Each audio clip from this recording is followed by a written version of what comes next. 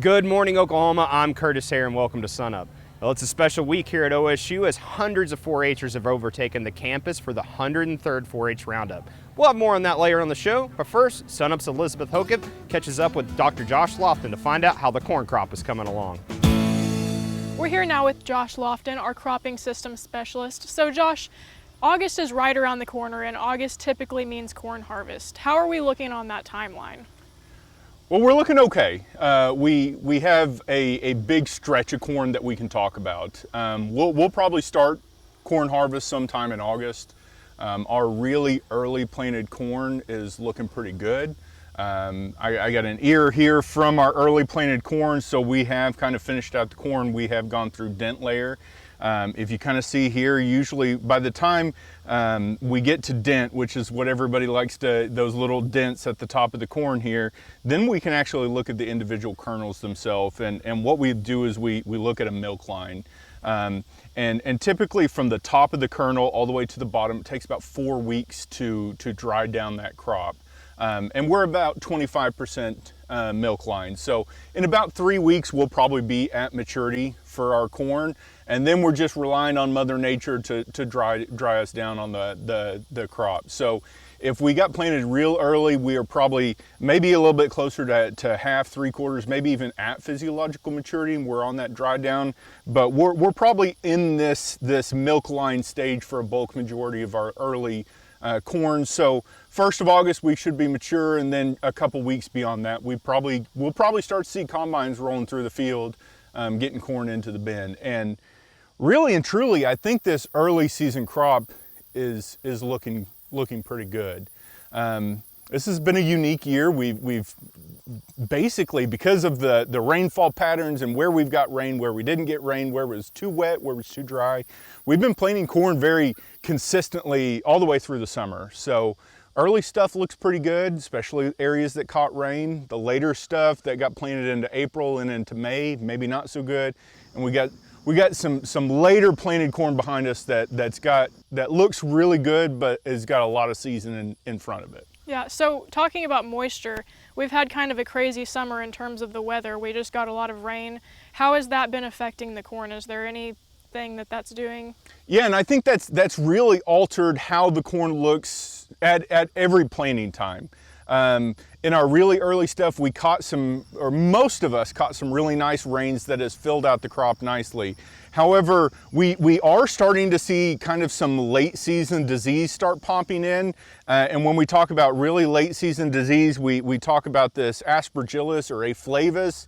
It is this olive green kind of powdery material we see on corn. We get this in Oklahoma quite a bit because when we talk about moisture early and then starting to dry up, that's typically that environmental pattern that leads to A. flavus.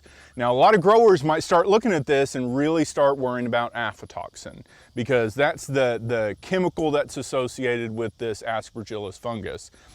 But I do want to say that aflatoxin is not 100%. Just because we have this A. flavus or this dark green powder doesn't mean we're always going to have aflatoxin. In fact, we don't always have to have this A. flavus very evident to get aflatoxin. So it's really, while they are associated, they shouldn't just be said if one's there, then the other one will be there. With these hot and dry conditions that we've been having, is there any other things that producers might be concerned about with the corn? Yeah, so some of this later planted corn, even some of the later early planted corn, but especially that corn that maybe got planted into April and into May, is going to be pollination. If we go through that tasseling and silking period during really hot times of the year, we're talking to where our daytimes are into the 90s or into the hundreds, and our nighttime temperatures are at least into the mid 80s, if not into the 90s. And especially true if we have really low humidity. That's when we get into issues of poor pollination. And when we get poor pollination, even though the crop might look good, the ear might have good resources, we just don't have the kernels to kind of put those resources into. So that is a concern for some of that later planted corn is, did we get proper pollination, and is that going to have those resources to fill that? This crop is doing really well. We're at V6. We have a nice established crop. We have a good amount of leaf development. We're starting to hit those really critical times, that V6 period, to where we're really starting to put in resources towards ear development and tassel development. So it looks really good, but there's a long season ahead of this. This probably won't get harvested until close to Christmas or maybe even into the new year. So we still got a lot to talk about on this later planted corn, but it's looking good right now. If there are producers who have planted some late corn, is there anything that they should be watching out for? That's a great question, because with this late corn often comes rust. If you're on the southern half of the state, you're really starting to think about rust by the time we start to see tassels come out. And sometimes, depending on the load of that rust or the amount of disease that we have out and around, that could be a 1 to maybe even a 2 applications for southern rust is what we're talking about here.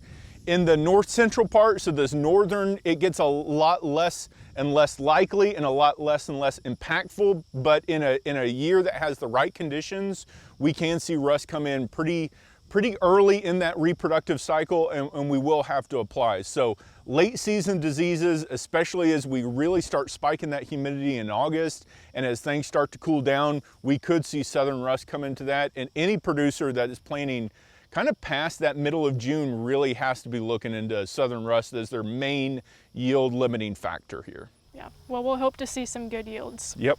Josh Lofton, Cropping Systems Specialist here at Oklahoma State University.